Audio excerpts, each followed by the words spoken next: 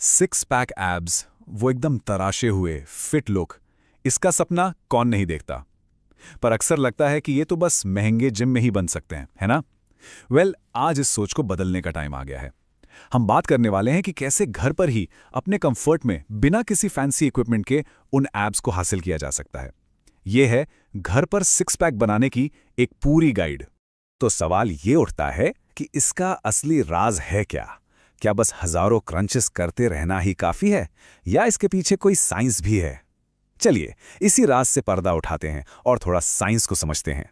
देखिए, इसको ऐसे समझिए जैसे एक सिक्के के दो पहलू होते हैं।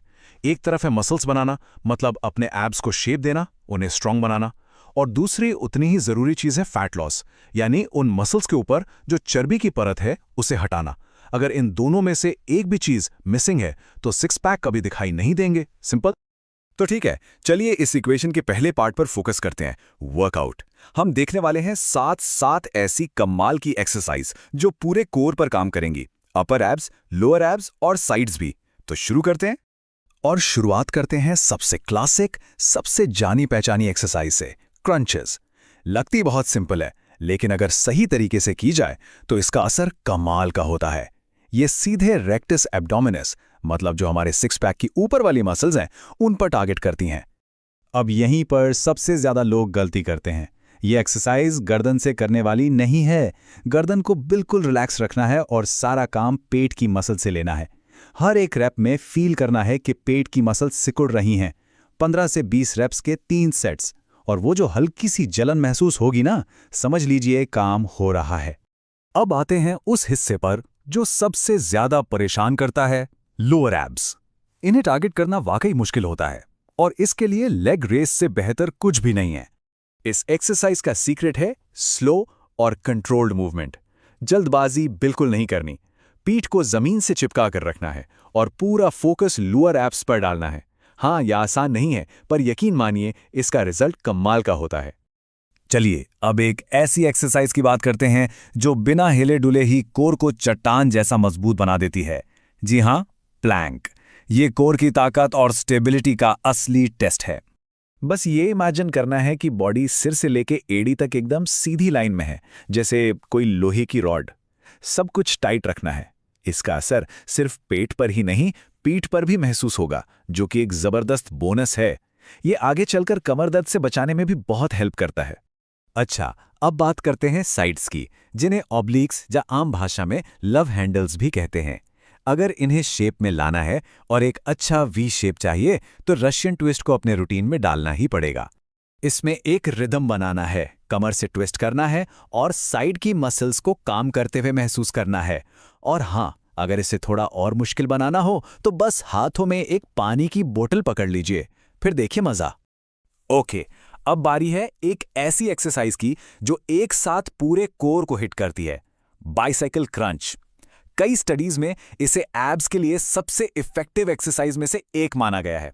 यह तो एक ऑल इन वन सुपरस्टार है, समझ लीजिए। बस पीठ के बल लेटना है और हवा में साइकिल चलाने जैसा मूवमेंट करना है। ऑपोजिट कोहनी को ऑपोजिट घुटने से मिलाना है। यह एक डायनामिक मूवमेंट है जो अपर एब्स, लोअर एब्स और ऑब्लिक्स सबको एक साथ ट्रेन करता है, मतलब कम टाइम में ज्यादा फायदा। चलिए आप वर्कआउट में थोड़ा कार्डियो का तड़का लगाते हैं। माउंटेन क्लाइंबर्स, ये एक्सरसाइज सिर्फ कोर को ही मजबूत नहीं करती, बल्कि हार्ट रेट को भी ऊपर ले जाती है। और इसका मतलब क्या है? ज्यादा कैलोरी बर्न। सीधा प्लैंक पोजीशन में आना है और फिर तेजी से अपने घुटनों को एक एक करके छाती की तरफ लाना है, जैसे कोई पहाड़ चढ़ रहे हो। स्पीड बनाए रखनी है और फील करना है कि बॉडी का मेटाबॉलिज्म कैसे किक स्टार्ट हो रहा है। और अब इस वर्कआउट को खत्म करते हैं एक फिनिशिंग मूव के साथ। ये उन डीप मसल्स को टारगेट करती हैं जिन पर अक्सर ध्यान नहीं जाता, रिवर्स क्रंच। ये लोअर एब्स को परफेक्ट शेप देने का एक बेहतरीन तरीका है। इसमें भी पीठ के बल लेटना है, पर ध्यान ये रखना है कि कोई झटका नहीं मारना है। सिर्फ और सिर्फ कोर की ताकत का इस्तेमाल करके हिप्स को जमीन से ऊपर उठाना है।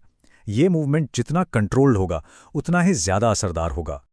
तो वर्कआउट तो हो गया, लेकिन एक बात हमेशा याद रखनी है, कोई चाहे दिन में लाखों क्रंचेस कर ले, पर अगर किचन की चंगारी हुई है तो मैदान में जीत कभी नहीं मिलेगी। अब हम आते हैं इस इक्वेशन के दूसरे और शायद सबसे जरूरी हिस्से पर, डाइट और न्यूट्रिशन। ये लाइन तो सबने सुनी ही होगी, और ये 100% सच है। वर्कआउट से जो मसल्स बनी हैं, उनके ऊपर की फैट लेयर सिर्फ और सिर्फ सही डाइट से ही हट सकती है, और कोई तरीका नहीं है। तो ये कैलोरी डेफिसिट आखिर है क्या? बहुत सिंपल है। दिन भर में बॉडी जितनी कैलोरी चलाती है, उससे थोड़ी कम कैलोरी खानी है।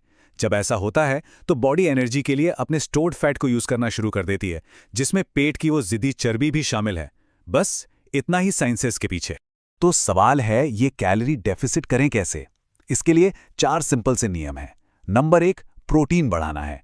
ये मसल्स बनाता है और पेट भी भरा रखता है, जैसे अंडे, पनीर, दालें। नंबर 2, रिफाइंड कार्ब्स को ना कहना है, मतलब सफ़ेद ब्रेड, मैदा, चीनी, ये सब खाली कैलोरी हैं।